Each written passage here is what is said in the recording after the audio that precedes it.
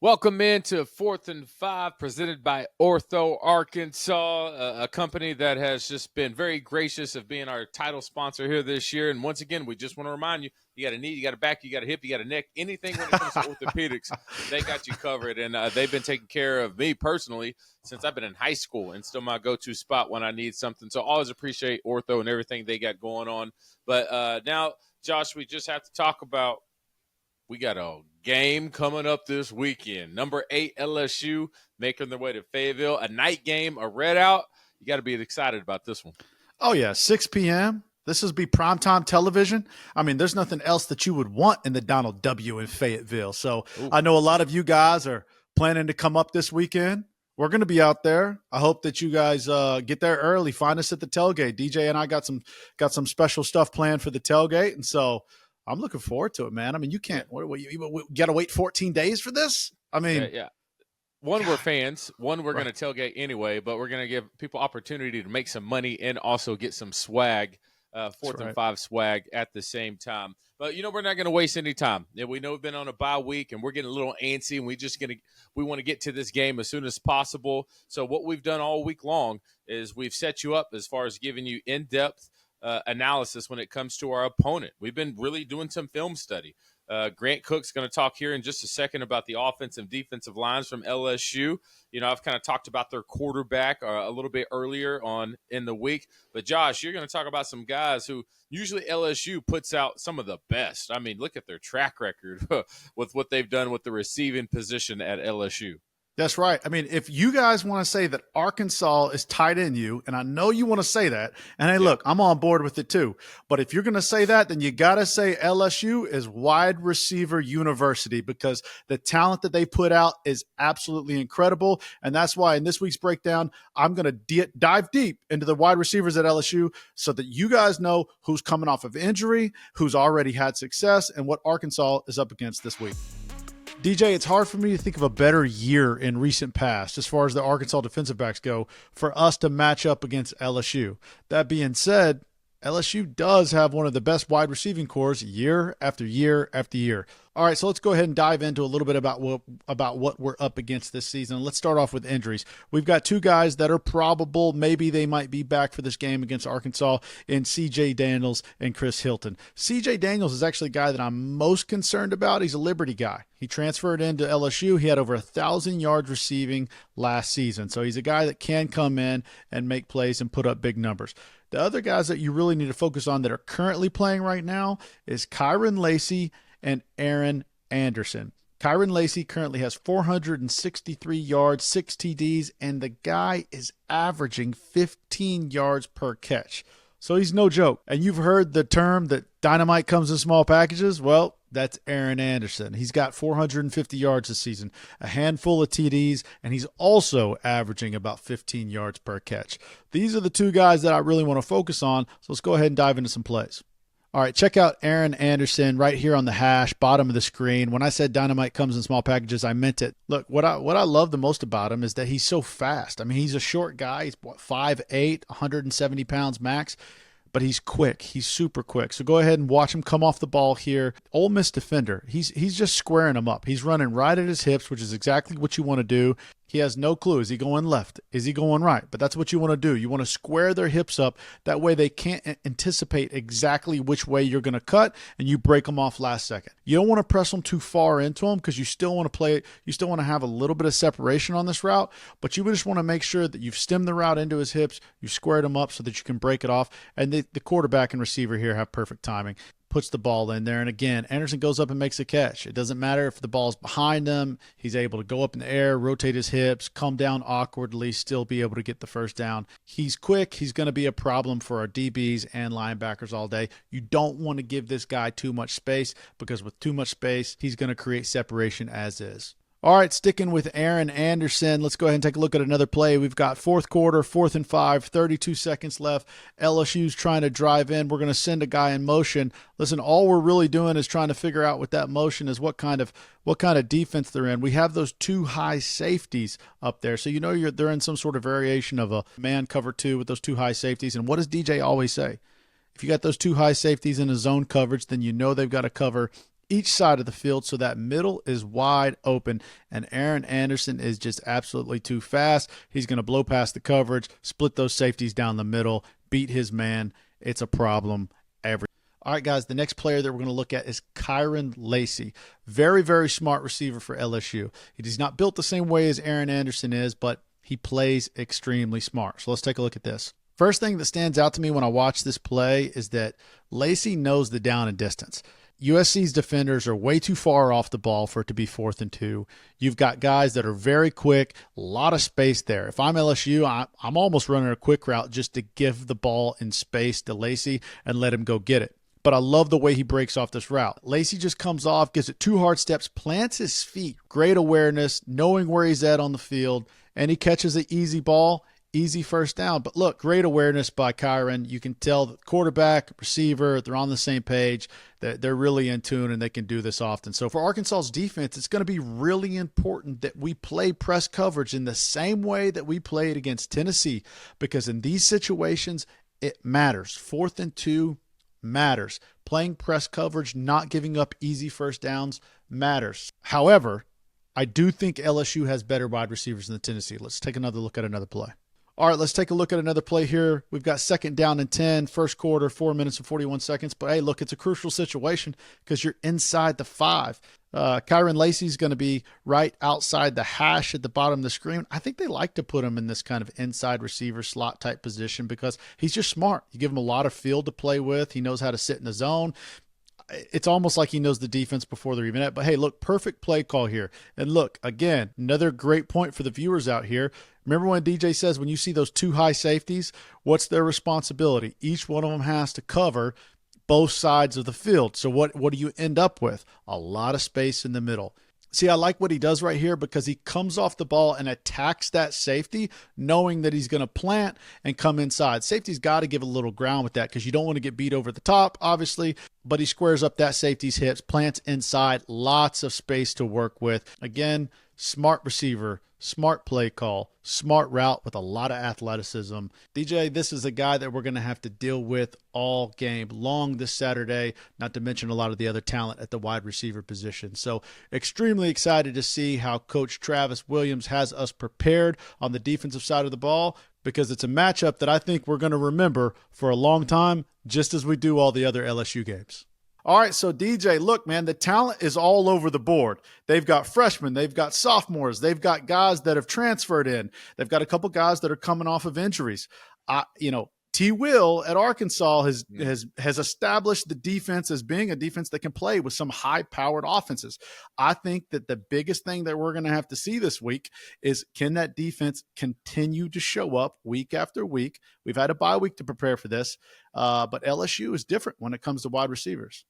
Yeah, and I don't want our fan base to get too overly concerned early, because LSU has some athletes all over the field, and they got a quarterback that when he's on, he can make every throw in the book. But when he's off, it's just like, yay, great day for our defense. And so, and I think it's going to come in waves come Saturday. And so, yeah, we're going to get caught a couple times. There's already a few times this year where we have been caught. And the fortunate thing, Josh, when I think about the big plays that we've given up on defense, they're mostly all just from mental mistakes, literally all of them.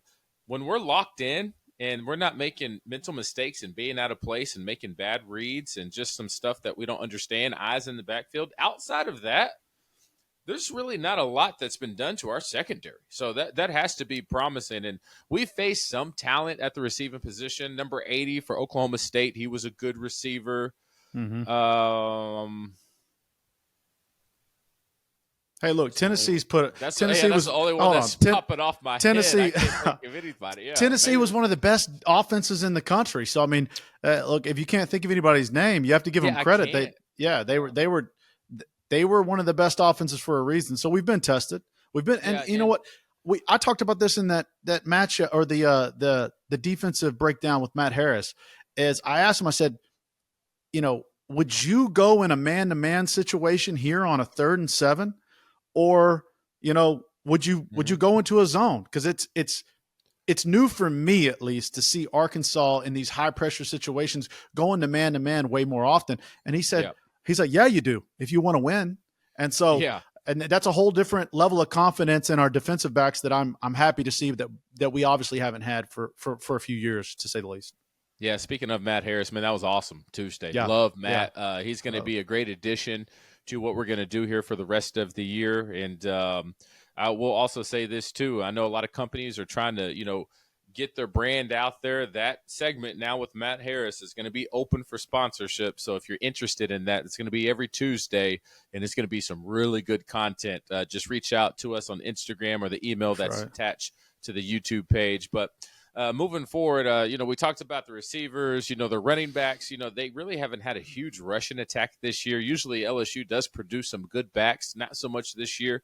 It's really going to come down to Nussmeier and how he's going to be able to have time in the pocket and try his best to kind of pick our defense apart, which is difficult because T. Will throws so many different looks. But Josh is ultimately going to come down to if he has time or not. And just like you said, do we stay in man-to-man and bring pressure to get this guy disrupted? They have a apparently pretty good offensive line, a couple guys that are projected to be some high draft picks. But after talking with Grant Cook, there's a couple weak links on that front that I think we can take advantage of. Here's Grant Cook on his breakdown of the offense and defensive line for LSU.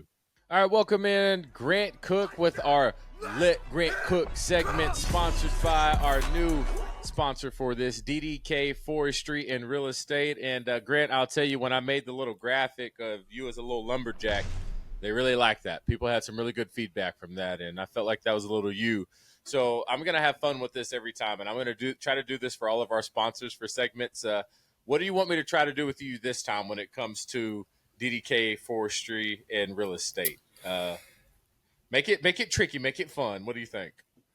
Yeah, maybe you should put me in like my face in a log loader, like I'm loading up logs or something, like a cartoon. Okay. Yeah, we'll do something like maybe next week we'll do something on the real estate side, so we get both. Okay. We get both of they're a multifaceted company, so we got to come up with some good stuff. Yeah, multifaceted company, but I say this as much as we talk about, the real estate side, they are big proponent of forest owners, land owners. And no land is too big, no land is too small. And so when it comes to, if you have property out there, acres on acres and acres, and you potentially want to sell that land, you got to know how much it's worth. Not only the land as a whole, but how much every single tree is when it comes to the appraisals of the timber on the land. A lot of people just need to make sure they get those numbers, especially in today's world where the market's going up, the market's going down, up, down. You need to make sure you have professionals on your side. And when I talk about professionals, it's hard not to talk about what Mr. Jerry Davis started back in 1962 with that core value of wanting to help forest landowners. Well, it has grown exponentially since then. Trust built over time. Once again, appraisals that you can rely on, expertise when it comes to the land and forestry world. So once again, as far as it comes to having people that you can trust, we really do our part of trying to partner with sponsors who are reliable and who we can really feel good about promoting. So DDK Forestry and Real Estate, the place to be. So let me go ahead and throw up our little end graphic right here. Just see it right now, Grant. Woods in the background. Grant Cook, a hard-working man, throwing those logs into the loader. And it's people like Grant who you can count on to get the job done, just like DDK Forestry and Real Estate. So always thankful for our sponsors to make this happen. So Grant can come in each and every week and hang out with us and talk some football. And Grant, I'll tell you this, man, it's been fun watching you put stuff on tape as far as what we need to look at as a viewer. And you really break it down and you point out things, especially when it comes to this matchup against LSU, points that you believe our defense is going to try to attack. And on the flip side, points where we need to tighten up on the offensive line. And so what'd you see on tape this week when they played against Ole Miss? Yeah, so, we are always taught you got to give them a little bit of credit, right? As much as I don't like LSU, but they're coached well, right? And they always have athletes. We know that. LSU is always going to have some high-ranked recruits and guys that can play ball. And so I saw that against Ole Miss, right? Ole Miss is a good team this year. LSU came out with the win, and so that's just a testament to their ability to find a way to win games. And for us, coming off of a bye week, I think it's huge to get everyone healthy. We had some guys that we really needed to get back onto the field, and I think a week off is really going to allow us to be in a spot where we can put the players we want on the field. And so it should be a good matchup, 6 p.m. In Razorback Stadium. Woo. Another night game, another top 10 matchup. I don't think back-to-back games ever. I think I saw that somewhere. We've never had back-to-back top 10 teams into Razorback Stadium. So I imagine that the crowd is going to be electric again, man, and no reason not to be. We're on the right trajectory. I've seen a lot of graphics around rankings in the league, and we're on the side you want to be on, right? We're on the upward path. And so everything we want as a team and as an organization is out in front of us, right? We just got to go take care of business and put ourselves in a position to be in the conversation at the end of the year.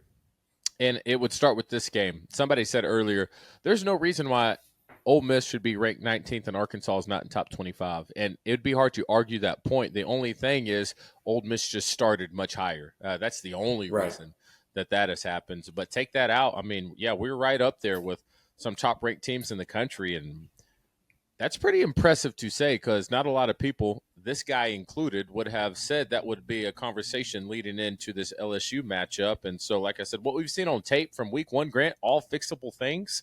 And they've started to work on those, and it's heading in the right direction. But that's Arkansas. Like I said, this week is all dedicated to scouting report. We're going to know our opponent. I know the players are going to know them, that's for sure. But us here, our 4th and 5 family, we're going to know what to be looking for come kickoff. Yeah, so I think we'll start with the first clip. And so we'll bring that up for everyone to look at. Sorry, guys, I'm traveling for work. Trying to be multiple, right? Like our friends at DDK. So I've got my phone, I've got my work computer up, I've got several things. So apologies for trying to look and it's a little bit different feel this week for me too. So the first thing I noticed is on this clip, and more clips as we start to come along here and look at a few more. LSU's front is big-time bull rush guys, right? And so we'll go into offensive line terminology here a little bit. And so for the folks at home that may not have a big-time football background, or maybe you do and you just don't know the terminology. So a bull rush is exactly what it sounds like, right? You're going to try to use strength. You're going to try to use your power to overpower the offensive lineman, push them back into the backfield, and then inevitably try to get to the quarterback, right? So when I talk about bull rush, think about power. Big guys really want to move people out of the way. Speed rushers are more, I'm going to try to dip around you, right? I'm going to try to lower my shoulder and slide around you or use my hands to get out of the way. We've seen some of that, right?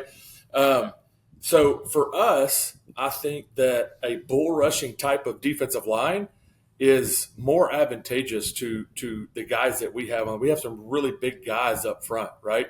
Mm-hmm. So I think we would welcome LSU trying to bull rush us because we can set our heels in the ground and we can lock those guys up versus trying to get your hands on someone that's quick, right? There is one guy, I think it's 18 maybe, that's on LSU, and I'll fast forward kind of to the next clip. He's a speed rush guy, right? And he's lined up on the right side of the offense. So that's where our boy Blackstock is. And we've seen through the first 6 games, the last 6 games, whatever you want to call it, that he's had a little bit of issues with keeping up with his feet and not allowing himself to get beat back to the inside. We'll jump to that end zone clip, and you can see number 57 is the right tackle. Once again, that ends out wide. Don't go out to him. Make him come to you, right? We have what he wants. We have the quarterback, right? That's what he wants to get to. I do think that the tackle took a little bit more of an aggressive set here because if you watch the center and guard, I think it's a slide protection. And what does the guard do? Uh-oh. His eyes fail him, right? He's looking inside. He's not trying to protect his tackle's inside shoulder, and the tackle gets beat to the inside. And their quarterback makes a decent play. I'm not going to give Ole Miss too much credit because I like them like second least against LSU. So But going to say all that, I mean, LSU's got some big guys up front, right? They're going to want to try to bull rush us. They're going to want to try to play a few games up front. We talked about them in the last few weeks, tackle in, twist, right? So defensive tackles trying to attack the offensive tackle's hip and allow that defensive end to fold over the top and come unblocked into the quarterback's field of view. They do a pretty good job. I didn't see a ton of blitzing. They do bring blitzes, right? I mean, most defensive do, especially this time in the year. You're trying to disrupt what the quarterback does. I didn't see a ton of that, but what I would look out for if I'm watching this game, I'm at the game or watching it on TV come Saturday, is we've seen every other team do what Oklahoma State did to us, which is walk everyone up and make us make decisions on where we're going to go block. And so I would not be surprised if LSU doesn't take a play out of everybody else's book, because last week was the first week, or I guess the week before last, when we played Tennessee, was the first week that we haven't had issues with that, right? There was some a little bit. We had something. We talked through it. You and I walked through that. But it's the first week that we look like we can block this up. And so we've got to continue to build on that until people say, okay, that doesn't work anymore. We got to go back to the drawing board and figure out what we're going to do against Arkansas. Yep. Yeah. I mean, and that is the thing. Like we talked about, if teams see what we continue to struggle with, they're just going to keep doing it. And and that's another thing too, Grant, is as much as we talk about other teams and break down all the things that went wrong, because we're just built to be very critical when watching tape and trying to fix the things. I don't think you had a chance to say this last week, but talking about Carmona, big time game against one of the best players in the country, and you almost forgot to brag on him a little bit because we're just so focused on fixing the things that need to be fixed. But but that just shows progress, right? Yeah, and I think I mentioned to you after we hit. After we were done. Yeah, right after we were done, you and I were chatting a little bit on the segment that when we were chatting. Carmona blocked the number 3 overall pick in the entire draft next year. Locked him down. I mean, I've got to do a better job of not being as critical and just pointing out the bad things, but also talking to people when they do a really good job. And I actually had an opportunity after the field was rushed. I rushed the field as well. And I had an opportunity to talk to him personally after the game. He was down there, and I let him know my feelings, right, about, hey, I watched you all game, and I was really interested to see if Pierce was going to be a game breaker like he has been in every other game that he's played, and he was a non-factor. And to say that the number 3 overall prospect in the NFL draft for the upcoming season is a non-factor in a game, you normally, and you can attest to this, DJ, normally you just try to slow those guys down, right? Yeah. Same at any position, right? Whether it's the quarterback that's that, or a wide receiver, or a linebacker, or a defensive end, whoever it is on the field, hey, they're going to get theirs. We just got to slow them down a little bit, right? We're just trying not to let them be the only one that beats us. And he was taken completely out of the game, other than the plays that were designed for him to be free on the backside or something like that. Yeah. Because I know someone's going to say in the comments, oh, he had a sack or he had a tackle for loss or something. Granted, he did have some of those things, but those plays were designed to leave him alone, and something else broke down that allowed him to be into the play. So, I got to give it to Carmona last week. I mean, an unbelievable performance by him against, an all-SEC, all-American talent. Yeah. All right. What we got next on tape? Yeah, so I'm going to jump up and kind of go to their offense now, okay? So we looked at it from both ways, and so we talked a little bit about what they want to do from the defensive line perspective, what we need to be prepared for from an offensive line standpoint, and what we think we can do well. Now, from a defensive line standpoint, Arkansas defensive line standpoint, where do I feel like we have some opportunities to maybe exploit their offensive line? And where I think it is up the middle, right? So I think their center and their left guard, so number 79 and number 72, those are the weak links out of the 5. Ooh. Everybody else has their moments, but those two, I think we've got to figure out a way to exploit their inabilities to be nimble and agile and athletic. And they're starting for a reason, right? So hopefully, they think that they have a pretty good track record. But just the looking thing at a few plays. is the reason because they're really, really good, or everyone else is just that bad? I guess we're going to find out. Yeah, well, we want the following week someone else to start because we want that much success against these guys. So, no, I'm looking at this clip here. So there's about 6 minutes left, 6:54 in the first quarter, and it's a handoff. Now, what I'm seeing here is 79 and 72 are getting knocked backwards off the ball, right? Mm-hmm. If you're in the backfield as an offensive lineman, you're not in the right place on a run play. Not good. Not what you want to see. So I'm assuming that they had some conversations with their coach after this one. But yeah, Ole Miss is very aggressive on defense. I really like to see that. But shooting their hands, and they're just not getting any movement. And it's play after play after play that's the case. So my expectation is for Cam Ball, Eric Gregory, those guys that are playing up the middle for us to be able to have a field day. Now, they're watching film too, right? LSU's watching film too. So what are their coaches trying to do? If they know those two guys are the weak link, they're trying to figure out how to cover those guys up, right? How do we hide these guys on the offensive line? So keep an eye out for those things, right? As we start to watch this game unfold, keep your eye on the center, keep your eye on number 72. Are they the ones that are jumping off sides, having holding penalties, or the ones allowing us to be in the backfield tackle for loss? Offensive line coach, or let's just say LSU understands that. I feel like if it's a tackle that's a weak link on your offensive line, I think it's easier to help those guys out because you can throw a tight end over there or have a running back chip. How would one help out the interior guys? Yeah, so we always talk about tackles being on an island, right? But it can get lonely on the inside too. And so I think what you have to do is probably look for more slide protections that they have their gap assigned versus man-to-man assigned. So you'll see that, I would say seeing more slide protections to the left side. Now, we also know that people are going to respect Landon Jackson, right? And Landon Jackson is on the left side of the offense and on the quarterback's blind side. And so you're probably going to see more slide protections that way, but we've got to be able to send some linebackers through gaps and things like that to make that center break off. And you heard T. Will talk about that on some interviews, that they've gotten a little bit more creative on how they send blitzes that makes the offensive line be in one-on-one scenarios, which, I think that's our opportunity, right? Up front is put those offensive linemen in one-on-one scenarios. Don't let them slide or full line slide to pick up those blitzes. Make them block you one-on-one. Yeah, I like it. You said you got another one you want to look at? Yeah, I've got one more clip. And so I don't have a time on this one, but it's the view that I like. It's from behind the ball.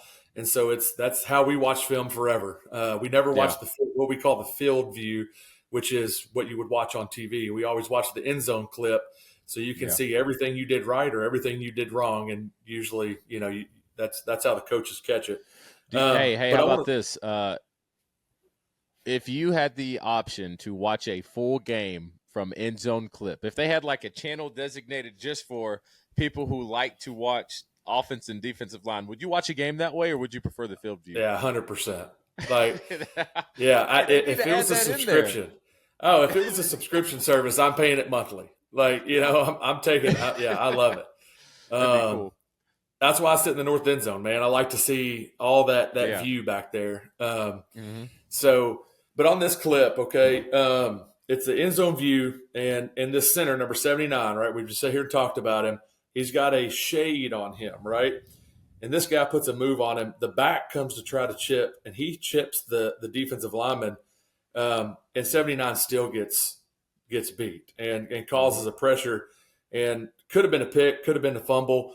And I just think that those are our two opportunities. I think 79 and 72 are where we have to attack this offense from. And they've done a really good job, not just them two, but LSU as a whole, of keeping is it Nussmeier? Nussmeier, yep. Nussmeier, they've done a good job keeping him clean this year. And when I say keeping him clean, keeping him off the ground, right? Letting him stand tall and throw the ball down the field. If we can get pressure on him, last week you saw it, he makes mistakes. He doesn't throw the ball well. So that's our goal, right? We've got to get pressure on the quarterback. And if we do, I think we've got every chance to be successful. And it helps our back end out, our defensive backs that are going to be covering some talented wide receivers in one-on-one matchups a lot. And so that's my analysis on that. I do think that this LSU team is at number 8 because they're taking advantage of some losses in college football. It's not because they've won to get where they are. So I think they're a beatable team. They really haven't had a game where you've just been like, damn, that's the number 8 team in the country. Yeah. And to be fair, I thought they were beatable from the get-go. I mean, they have not looked very impressive in any of their first 5 or 6 games.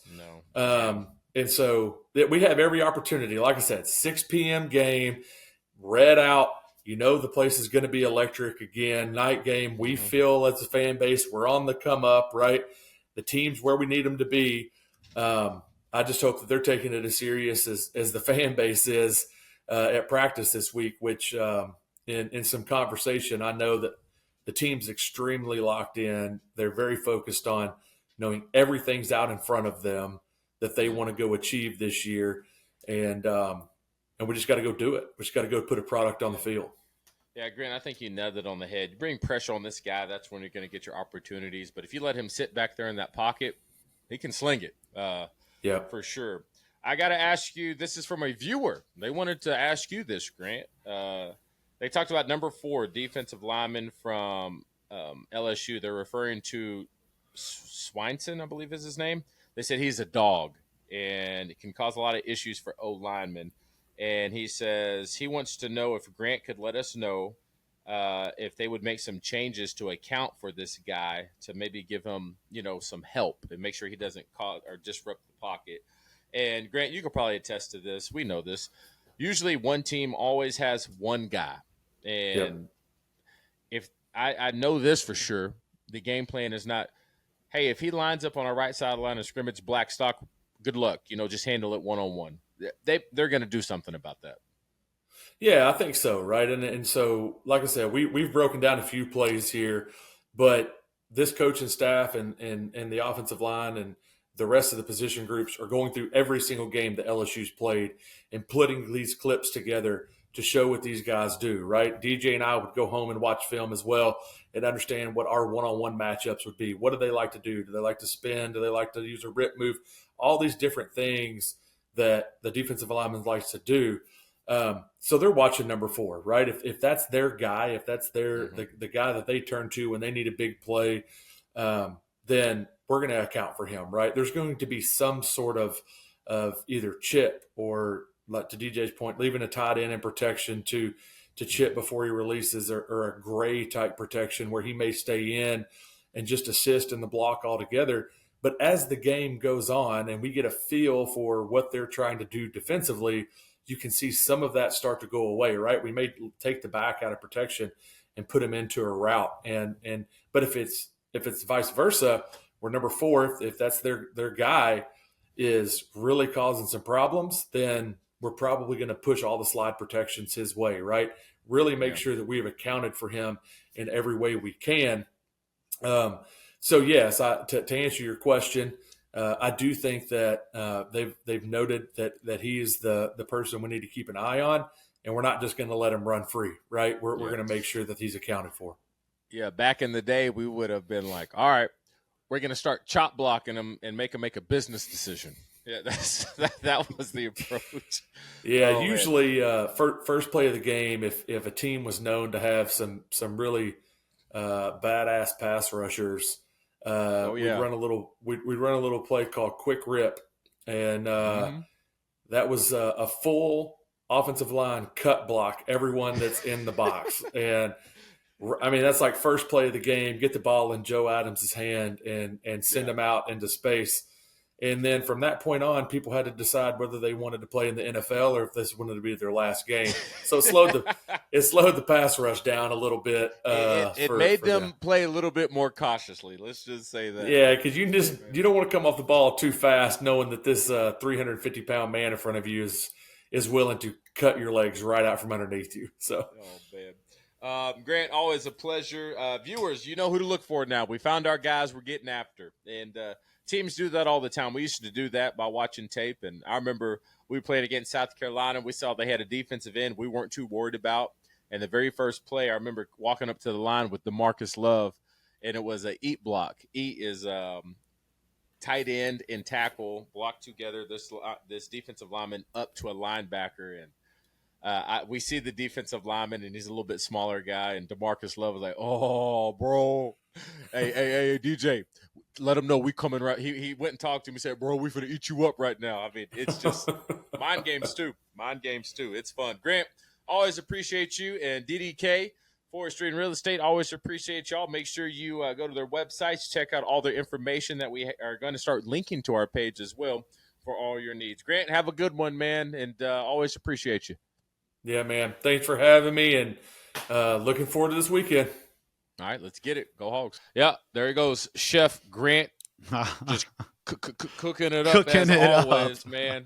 Very fun, always having Grant in, and I want to thank Grant for, even though he's out of town for work, still making time to show up for 4th and 5, and appreciate DDK, Forestry and Real Estate, for sponsoring that segment.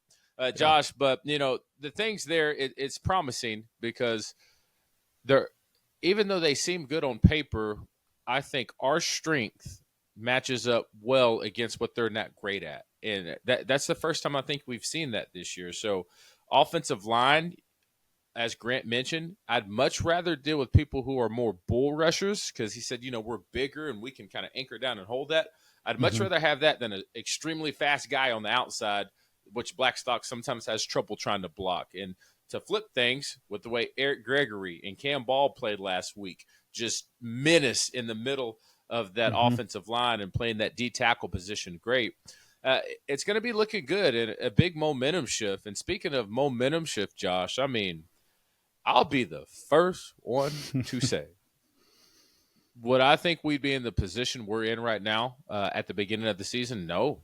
I mean, I've been so impressed, so shocked, and the best part, Josh, that I've seen so far this year, the things we pointed out even in week 1, we knew they were fixable. It was just a matter of fact, is this team going to be able to get it done? And, man, they have. I mean, we're sitting 4-2, sitting pretty with the potential to beat another top 10 team. I think we're going into this game. No one thinks that we don't have a shot. We think it's going to be a great ball game.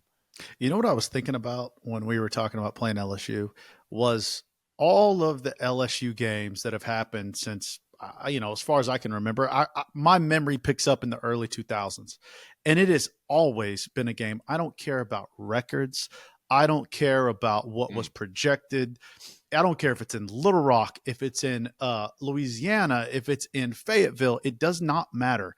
Arkansas and LSU games have always been unpredictable, to say the very least, and always a ball game. I remember, watching you guys go down to LSU and beat LSU with Houston overtime, baby. Triple overtime. overtime. One in the country. Oh. I got that wood right here, baby. I got that wood, baby. Man, I remember being in high school going like, I don't know what that means, but I got it too. I got that wood. I didn't understand. I was like, it's a baseball bat. This is football. What's going on? But, hey, look, my freshman year, going down to Little Rock, the first football game my brother had ever been to. Little Aiden. You remember when Little Aiden was Little Aiden? Yeah. The first football game he had ever been to was 2008 in Little Rock. Oh, yeah. Casey Dick to London Crawford in the end zone, baby. The same spot where Miracle on Markham 1 happened. Yes, it did. Repeat, baby. He saw it the number 2 time. So I'm just saying that I get chills when I think about LSU, man. I think about when Joe Adams caught the touchdown in the end zone and ended up, I feel like that was when he got concussed. I remember these electric plays that happened against, LSU and Arkansas, Battle of the Boot. So for the fans out there who are negative Nancy's, even after the Tennessee, right? Even after the Tennessee win. You know, you just got to realize that this game is absolutely unpredictable. I don't care if we beat Tennessee or not. This game always has hope. And going into it, what we have come off of, just as Matt Harris said in our last segment, he said this is palpable, this is tangible. You can grab that confidence coming off of that win. You can take that into LSU. So I think that we've got a matchup, 6 p.m. Donald W. in Fayetteville. I'm excited about it, and I believe that we have what it takes to pull off this victory. If it doesn't happen, look, you know, I'll take that being wrong, but I'm not going into this game without believing that we can do it because we've showed it.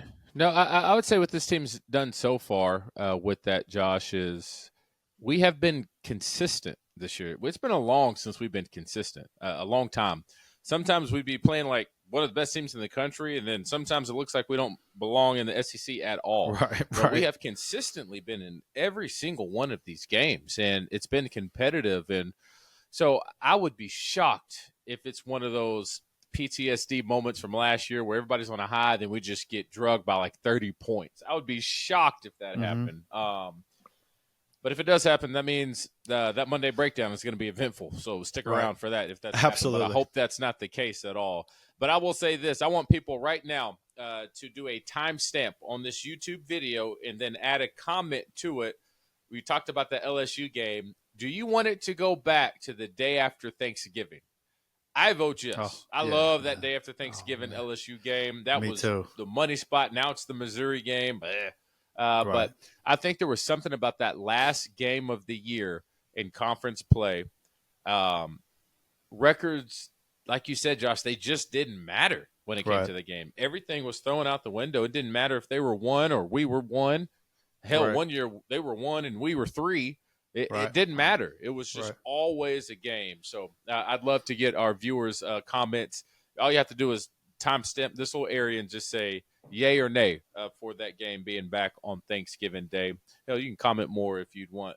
But, Josh, it's going to be a fun one. All right, so we got a big lineup. We need to make sure that people pay attention for the upcoming days because we're going to be up in Fayetteville. 4th and 5 is going to be making a presence, and we're going to have the Fine DJ segment where I'm going to post a video, and whatever's behind me is going to be the only tell sign. First person that comes up to me, I'm going to give you $100 and some 4th and 5 swag. That was really fun last time we were in Fayetteville. Josh, you're going to be bouncing around looking for a tailgate. So this is what we'll do right now. If you know you're going to be at the game and you want 4th and 5 to come by and highlight your tailgate, let us know in the comment section, and we are going to swing by and hang out with you. Now, you better be bringing it now with the tailgate, all right? We want to see some good tailgates, all right? So we'd love to come by, maybe drop off some swag where we're at it. And, Josh, you know what? We went back and forth.